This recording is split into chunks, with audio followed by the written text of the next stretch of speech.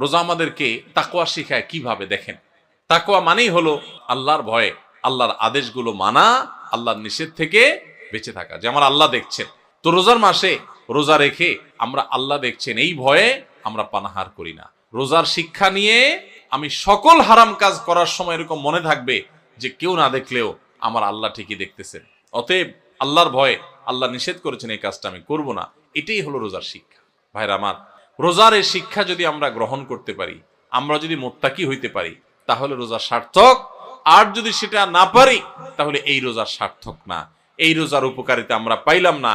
এই রোজা আমাকে মুত্তাকি বানাই নাই, যেই রোজা আমাকে ভালো মানুষ বানাই নাই, যেই রোজা আমাকে অন্যায় থেকে বাঁচাই নাই, এই রোজা আর উপবাস থাকার মধ্যে খুব বেশি পার্থক্য নাই।